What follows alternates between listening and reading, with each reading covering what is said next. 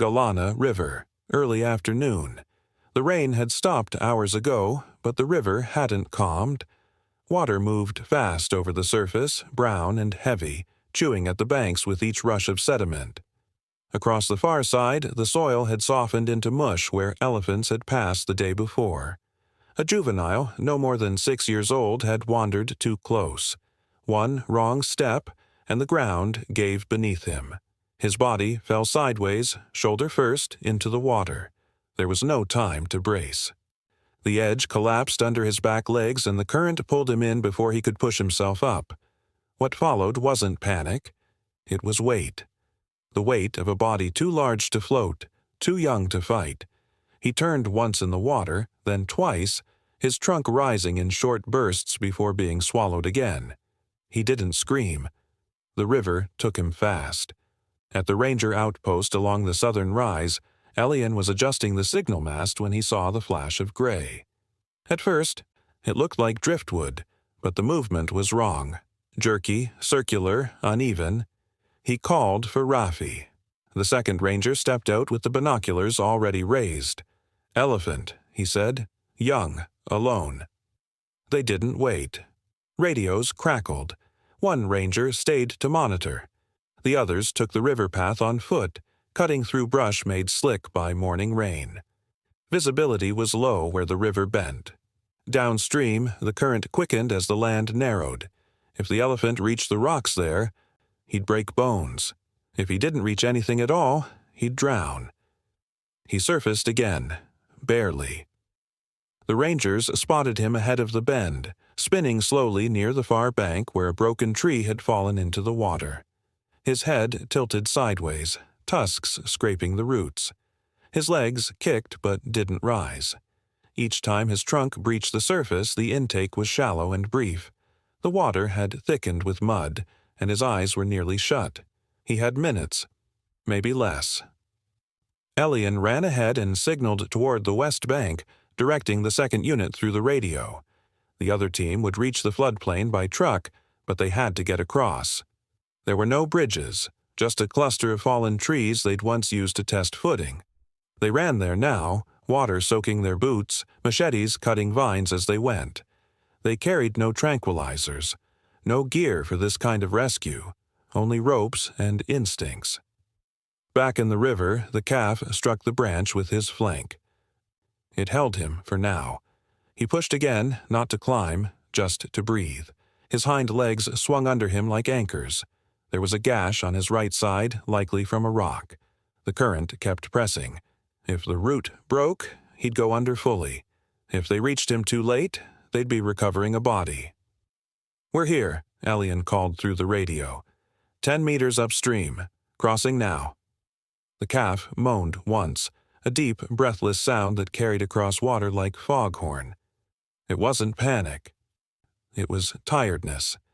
His body heaved but didn't lift. His trunk dropped below the surface. No air, just weight. The crossing was fast, reckless in parts, but measured. Every branch was tested. Every step held breath. They made it across, soaked and shaking, the rope already being unwound. They didn't call to the elephant. They didn't shout. One ranger crouched low and crawled the last few feet along the wet slope, anchoring the line to a thick trunk. The others formed a human chain behind him. Boots sliding in the muck. He was close now. One more spin, and his body would slip from the branch entirely. His eye turned toward the sound. Not wide, not frantic, just open, still. He knew they were there, but he didn't move. They held the rope. They waited. They would try once, maybe twice. But if he slipped, if he went under before they got close, it would be over. Not in hours, not even minutes, in seconds. He didn't fight. He didn't flee. He floated in place, spine against the roots. Eyes barely above the surface. And the river kept pulling. The wind picked up along the bank, rustling leaves across the water like dry breath. The branch held, barely. The elephant's side was pressed hard into the submerged root, his flank wedged between two thick knots of wood. Water slammed against his body with every second, keeping him pinned in place. He tried to move, but only his front legs responded, kicking sideways in the current. His back remained twisted beneath him, one leg dragging limp and bent. He shifted once more, and a deep grunt broke from his chest, low, wet, and short. Elian stepped closer, knee-deep now in the floodwater. The rope in his hand was slick, fraying at the ends. He turned back once to Raffi. "We'll need the second line, and more hands." Raffi didn't hesitate. He raised the radio. "Station 2, urgent, juvenile pinned. We need 3 more. Bring the long hooks and the cutters. South bank, root hold." The reply crackled back, already moving. They had less than 20 minutes before the light would shift behind the hills, and the water would turn opaque. That wasn't the real problem. The problem was the pressure building against the elephant's ribcage. With every roll of the current, his body shifted deeper into the bend of the root. The tree itself had fallen at a slant months ago, forming a pocket just wide enough for a young elephant to be trapped. Not drowned, not yet, but stuck. The calf lifted his trunk once more. It didn't rise all the way. It curved low and slapped weakly against the branch as if testing it. Then it dropped again. He was still breathing. Short, uneven draws that pulled through his chest in shallow bursts. His eyes blinked once, twice, not closed, just dulled. He wasn't looking for escape anymore. He was waiting for what came next. Elian turned back to the rope. He looped it twice around his forearm, then signaled to the ranger upstream. They anchored the far end against a thicker root and began feeding it along the slope, inching closer. They couldn't throw it. The elephant's movement was too limited. He wouldn't grab, wouldn't shift. They had to get the rope beneath him, around the barrel of his chest, without pushing him deeper into the trap. A machete swung to Elian's left. Another ranger was clearing the undergrowth along the edge, cutting a direct path from the slope to the waterline. The brush had grown thick where the last flood had dragged silten branches. Now it blocked every clean step. They'd need a flat area if they were going to pull. Even a few inches of clearance could mean the difference between leverage and failure. Behind them, the radio hissed again. 3 minutes out. The calf shifted. This time, not a kick, a twist. His front legs lifted slightly, but his rear didn't follow. The movement turned his spine, and his shoulder wedged harder into the fork of the root. A short, sharp cry echoed against the bank. Not full volume, not a trumpet, just pain. A soft, broken edge of it. The team froze. Then Elian moved faster. If he shifts again, he'll break something. If he slips, Raffi added, voice low, he'll go under completely. They didn't need to say more. The stakes were set. If he moved without help, he'd injure himself. If he stayed too long, the current would do worse. They had one chance. Get the rope under, brace it high, and pull sideways without rolling him into the deeper pool downstream. Elian crouched low, reaching now, not with the rope, but with a hooked pole. The calf didn't resist. His eyes remained half open, glazed with river grit. His ear twitched once. No other sound. The pole dipped beneath the trunk, threading through the water in small arcs. Elian guided the rope around the elephant's chest, easing it into place one wet loop at a time. His arms trembled with the cold. The current slapped at his back. Still he worked inch by inch until the rope passed fully under. "Hooks through," he called. Behind him, the machete stopped. The path was clear. The anchor was set. The second team arrived at the ridge, already moving. The elephant's trunk lifted once, not high, but enough to clear the surface. He was still trying. The water deepened quickly near the edge, just beyond where the root held the elephant's side above the surface. The slope dropped at an angle too steep for boots to hold, and the rocks below had shifted under the flood. The rope was threaded and anchored, but no one could get close enough to pull from the correct position.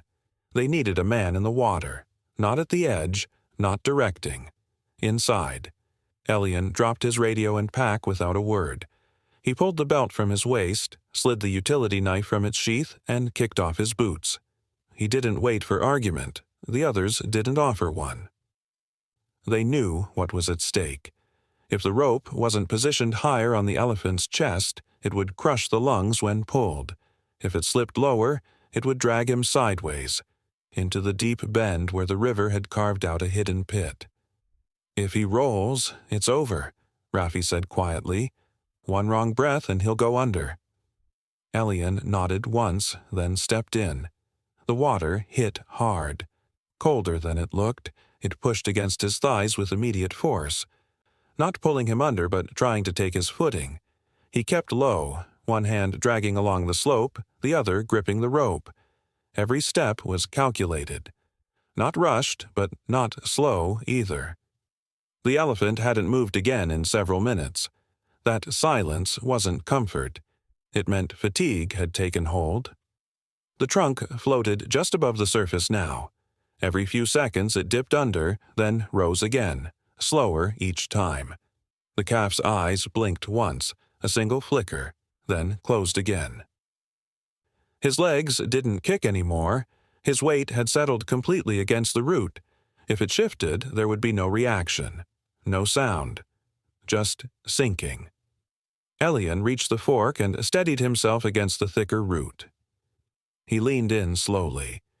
The rope was still in place beneath the chest, but loose. It needed to be tightened higher, secured across the shoulders. He didn't speak. He didn't touch the elephant yet. He waited for one more breath, one more sign of alertness, before moving. The breath came, shallow and crackling through the trunk. That was enough. Elian slid his arm under the nearest loop, pressing it against the ridge of the calf's shoulder. The skin was rough, soaked through and trembling beneath the surface. Not from fear, from exhaustion. Elian adjusted the line, then pulled once for tension. The rope caught. "Line is tight," he called behind him. The rangers above pulled slack through the anchor, careful not to shift weight. Two others moved to either side, hands braced against branches, eyes never leaving the water. Elian took the final step closer, almost beside the elephant now. The depth hit his ribs. He dropped lower, gripping the rope in both hands. The calf groaned once, softer than before but still awake. Then the branch cracked. It was barely audible, masked by the current, but felt through the root. A small shift, a groan of wood under wet strain. The wedge holding the elephant began to sag, just enough. 1 inch, maybe 2. The trunk dipped under and didn't rise. "Elian!" someone shouted. He didn't respond. He reached forward with both arms and pushed the trunk up from beneath, lifting it back into the air. A burst of water coughed through the end, followed by another shallow breath. The eye opened again. Not wide. Just enough. "Hold it," Elian said sharply. "He's slipping." If the root gave completely, the elephant would roll left and down, submerging headfirst with no angle for rescue. There was no more time. The pull had to happen now. Not careful, not coordinated, just now. "Go," Elian said. "Pull." The signal moved through the rope. The line jerked once, then held, then tightened. The calf shifted in the water, not with panic, with surrender. His head rolled toward the bank, following the pressure, and the current hit his side again. But this time he moved with it. Toward shore, not away. The rope burned against Elian's palms. The root groaned once more, but the elephant did not go under. The line stretched tight between the riverbank and the elephant's shoulder, dipping low across the water where Elian still knelt waist-deep. One hand steadied the rope's path while the other pressed firmly against the calf's side. The elephant's body was trembling. Not in fear, not even from the cold, but from the strain of holding on. His chest lifted again, a wet, rattling breath pulling through his trunk, followed by the smallest sound, a low, hoarse groan, deep in the throat. It wasn't distress, it was effort. Above them, 2 rangers braced their feet into the slope and leaned back, gripping the rope like a lifeline. Raffi gave the signal. 1 short pull, then hold. They moved in rhythm, not fast, just steady. The ground was slick beneath their boots, but they had cleared the brush well enough for footing. Every few seconds they gained an inch. Elian adjusted the loop again, higher now along the shoulder blade. The rope had to distribute pressure across the upper torso. Any lower and it would catch beneath the rib cage. He kept the line tight and angled the tension back toward the ridge. The elephant didn't resist. His eyes remained half-lidded, his legs still trailing behind in the current. But his front feet twitched once, a small, dragging movement toward the slope. "That's it," Elian whispered. "Let him feel the path." The rangers pulled again, slow, consistent. The rope held, the calf shifted. Not much, but enough that his rear legs began to uncurl slightly, rising from the deeper eddy where they had been pinned. His flank bumped against the root again, and for a moment it seemed the weight might settle too hard on the branch, but the wood held. One more inch and he cleared the fork entirely. A gust of wind moved down the river, catching the edge of the canvas tarp behind them. The trees along the bank swayed with it. The current didn't change, but the air seemed to quiet. Just for a second as the calf slid forward again. Another pull. The tension increased. The calf's front legs lifted now, hooves catching the shallow incline just below the surface. He didn't stand, not yet, but he stopped floating. His weight returned to the earth, slowly, like a body remembering its own gravity. "He's moving," Raffi called out. "Again!" The rope tightened. The branch behind the elephant groaned once more, louder this time. Elian looked back, not at the root, but at the slope. They had only a short distance left before the river turned sharply. If the pull failed here, they wouldn't have a second try. The calf made another sound, a long, low exhale that sprayed mud from his trunk. Then, without command, he shifted again. His left front foot dragged forward, then the right. He wasn't walking, but he was choosing to follow. "He knows," Elian said. "He's helping now." Another pull, this one longer. The rope strained against the mud. And the calf's chest cleared the last bend in the riverbed. His legs were still unstable, knees half-buckled, but the depth was broken. He was in water shallow enough to breathe and stand if he could. The root behind him slipped back into the river with a soft splash. He was free of it. The rangers eased the line, letting it slacken slightly to prevent panic. Elian stepped back, hands out, guiding the calf's movement with only presence, not touch. The elephant did not bolt.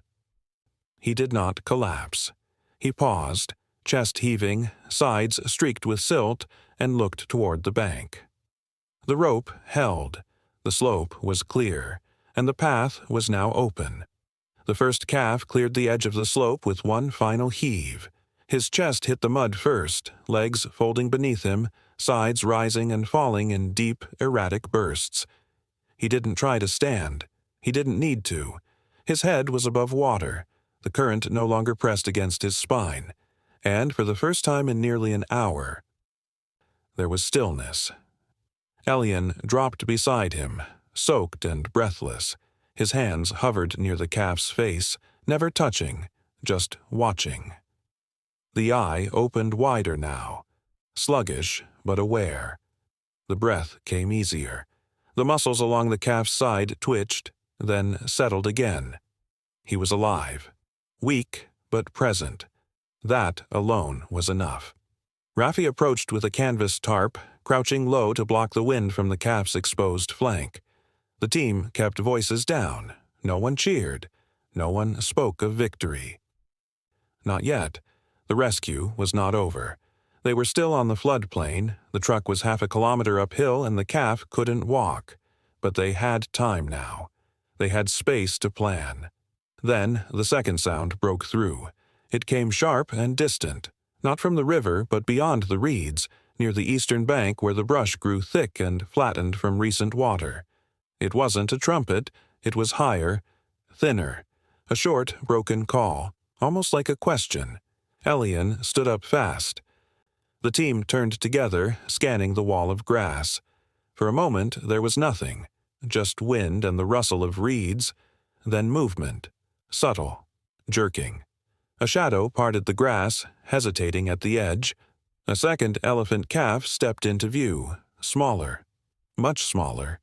He was barely past the age of full weaning, with a bony ridge along his back and a swollen joint in one foreleg that made his gait lopsided. His ears were torn slightly at the edges, likely from branches or thorns. Mud crusted one side of his face. He took 3 steps forward, then stumbled. The team didn't move at first. The calf hadn't seen them. His eyes scanned the slope, confused. Then he cried again, that same thin call, cracking mid-note. The first calf, lying in the mud, raised his head just slightly. His ear twitched. Elian whispered. They were together. There hadn't been reports of missing mothers nearby. No known herds had crossed the river in recent days. If both calves had entered during the flood, they'd likely been following one another. Siblings, or orphans already bonded. The second calf took another step, then froze. His front leg shook violently beneath his weight. He wasn't injured from the current. He was weak. Days of malnourishment, maybe longer. The flood hadn't just pulled him downstream. It had nearly stripped him of the energy to stand. Rafi turned to the rest of the team. He's not going to last much longer upright. If he collapses in the water, we lose him, Elian said. It wasn't a guess. The brush behind the calf sloped back toward a feeder stream, narrow but deep. If he fell sideways into it, they wouldn't reach him fast enough. And unlike the first, he hadn't been spotted early. His limbs were already giving way. They had to act. But fast wasn't an option. If they rushed, he'd bolt. If they stayed still, he might go down on his own. The space between the 2 calves was short, no more than 15 meters, but the ground was uneven, half-flooded, and lined with hidden gullies. Elian stepped once toward him. The second calf stopped trembling. He didn't run. He didn't approach. He simply waited, one foot barely raised as though paused mid-movement. Behind Elian, the first calf groaned again. A low, drawn-out breath. Not distress, not a call. But the second calf heard it. He blinked slowly, then took one more step forward. No cry this time, no panic, just movement. The reeds rustled behind him. The sun broke briefly through the thinning clouds, and for the first time the team understood. The flood hadn't separated them. It had left them both behind. The path from the riverbank to the ranger truck was slow and uneven. The first calf could not walk unaided, so the team fashioned a sling from 2 tarps and an anchor pole, guiding his body across the soft earth in short, careful drags. It was not pain that slowed him. It was depletion. His strength had been spent in the water. Now, every movement cost more than it gave. The truck sat just beyond the rise, angled beside a clearing where the land rose firm above the floodline. Its rear compartment had been cleared in advance. Soft padding, clean towels, a water bucket at the ready. When they reached the last incline, the calf lifted his head, only slightly, then let it fall again. He didn't resist. He didn't groan. He simply dropped. Rafi adjusted the sling and signaled to lower. They eased him down beside the rear axle where shade from the truck's frame shielded his side. His breathing was slow but steady now, ribcage expanding in long intervals, eyes half closed but alert.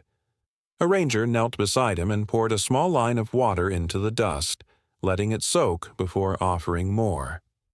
The calf didn't drink, not yet, but he turned toward the sound. That was enough. From the brush line, another cry. Elian turned quickly. The second calf was still visible, just beyond the lower slope, but something had changed. His posture, sharp, tense, his eyes, wider than before, darting. The wind had shifted direction, carrying new scents from the truck. Rubber, metal, fuel, unfamiliar. The second calf froze, lifted his head, and then ran. Not toward the team, not in panic, but into the trees. Fast. His rear leg buckled once, but he caught himself. Mud flew as he pushed through a wall of reeds, disappearing before any voice could calm him. Raffi stood. "We'll lose him if he hits the east gully." Elian didn't answer. He was already kneeling again, checking the sling wrap around the first calf's legs. He didn't move to follow. Raffi understood. "You stay. We'll go." The team split. 2 rangers took the cut path through the underbrush. Another curved around toward the river's thinning edge, tracking sideways in case the calf circled. Broken reeds gave them a trail. Flattened grass, a smear of mud on bark, hoof prints pressed into the wet soil. The calf hadn't taken the high ridge. He was moving flat, erratic, unplanned. That was worse. No elevation meant he wouldn't see what lay ahead, the sharp drop, the thorn beds, or the gully that widened each season when the rains broke hard.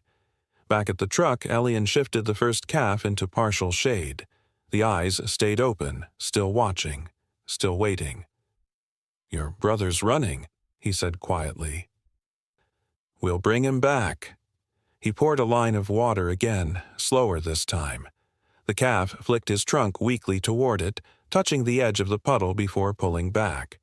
In the trees, the others slowed. They were close now. The reeds had stopped moving. No more breaking branches, no fresh prints in the softened earth. But the air felt different, tighter, as if holding something. Then they saw him. Not fallen, not injured. Standing in a hollow just past the clearing, legs shaking but planted. His chest heaved, ribs showing with every breath, and his trunk curled upward in a tight arc. Not raised in defense, but held mid-motion, frozen between instinct and uncertainty. He looked toward them. Not directly, not with trust. But he didn't move. One ranger stepped forward slowly, pressing a hand against a tree for balance. "No rush," he said. "He's not going further." The calf didn't bolt. Not this time. The brush thickened near the base of the slope, where water had once carved narrow paths through the undergrowth before receding. Here the trees leaned closer together, their trunks scarred by wind and flood, bark split and moss soft. The ground dipped unevenly, not enough to form a ravine, but just deep enough to swallow a calf who couldn't hold himself up any longer. That's where they found him. The second calf lay in a shallow ditch, half curled between exposed roots and a patch of thorn creepers. One hind leg was folded awkwardly beneath him, caught not by the brush but by exhaustion. His side rose in quick, hard breaths. Mud streaked his flank. The thorns hadn't broken skin. They'd only slowed his fall. His trunk twitched once, then dropped into the dust. He wasn't stuck. He was done running. The 2 rangers stood at the edge of the hollow, not speaking. The calf hadn't seen them yet. His ears hung limp against his neck. No signs of alertness, just breathing, sharp, fast, uneven. A rhythm of fear spent too long. One ranger stepped forward, careful not to crack the branches underfoot. He moved down the slope, knees bent, stopping short of the thorn patch. He didn't call out. He didn't signal. He just knelt, low, even, steady, and extended one hand. The calf's eyes opened. He didn't flinch. He didn't shift. He simply looked, not for long, just a few seconds. Then the eyelids dropped again, slow and heavy. The way they do when a body is no longer deciding what to do next, just waiting for the world to move without it. Behind them, the second ranger cleared a narrow path through the edge of the ditch, making space without sound. The sun had shifted behind the ridge, casting a low line of shadow through the brush.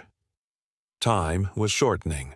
If the calf could not rise on his own, they'd need a stretcher team, and the terrain wouldn't make it easy. But first they had to reach him, not physically.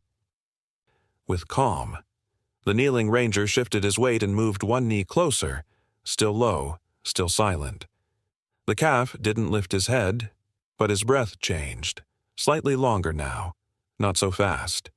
"Easy," the ranger said quietly. Just one word, no more. The calf's trunk moved again, not up, not defensive, just a slow arc in the dirt, as if drawing a line in the space between them. Still no fear, still no attempt to flee. The ranger placed his palm flat against the ground. then drew a slow circle with one finger, a childlike motion, simple and soft. The calf watched through half-lidded eyes. Behind them, a short burst of static crackled through the radio. Rafi's voice came through low. "First calf is stable, sedation not needed, waiting for signal." The ranger didn't reply. He kept his eyes on the calf, who now shifted his front leg, not to stand, but to adjust.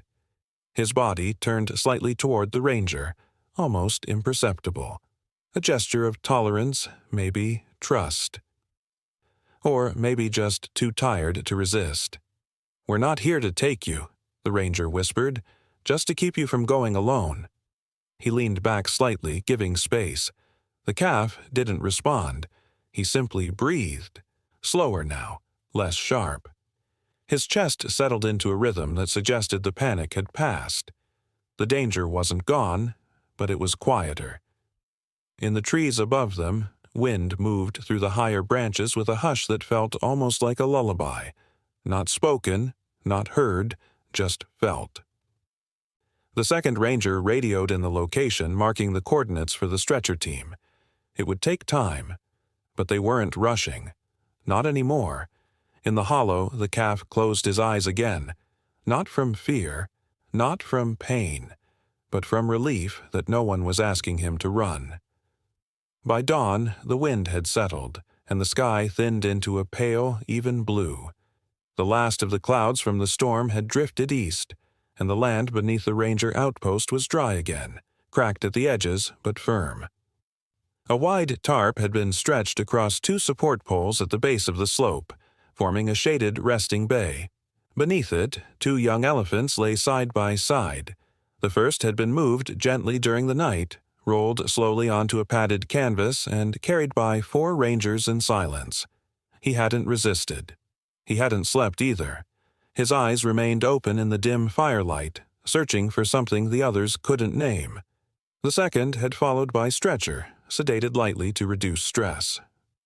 When they laid him down near the first, not touching but close, both calves had turned slightly, just enough to close the distance between them. Now, in the early hush of morning, they lay inches apart. The older calf lifted his head first. His trunk curled weakly toward the tarp's edge, then returned to the dust. His ears moved slowly, brushing against his own flank, then stilled. Beside him, the smaller one shifted his front legs and rolled slightly toward the other, closing the last gap. They didn't make sound. No trumpet, no call. Just breath. The soft brush of skin against skin as their shoulders touched was the only movement. It wasn't dramatic. It wasn't even noticeable unless someone had been watching all night, and Elian had. He sat a few feet away, knees drawn up, arms resting on them, face lined with fatigue but eyes steady. He hadn't slept either, not out of duty, but because something in him knew the moment would come. Not loud, not immediate, when the calves recognized each other not through sight or sound, but presence. And now, without words, without reaction, that moment had arrived. The smaller calf opened one eye halfway. The other was still pressed against his brother's side. His body, once rigid and withdrawn, now curled slightly inward. There was no tension left in his trunk. It lay soft in the dust, tracing no pattern, just resting. Rafi stepped down from the upper ridge carrying a shallow pail of water. He didn't speak as he set it beside them. He nodded once at Elian, then moved back toward the supply tent. The rangers had agreed to give them time, not because of procedure, but because of instinct. Not every rescue ended like this. Some didn't end at all, but this one had, not with sirens, not with flash photography or crowds, just with dry ground, shade, and the soft reunion of 2 lives the flood had tried to separate. The wind shifted slightly again, brushing through the grass near the edge of the clearing. The calves didn't stir. Their breathing matched now, not perfectly, but close enough to echo. Elian stood slowly, knees cracking from the long crouch. He took one last look before turning back toward the tent. Behind him, the older calf reached out with his trunk and gently touched the younger one's leg. Not to wake him, not to call him, just to be sure he was still there.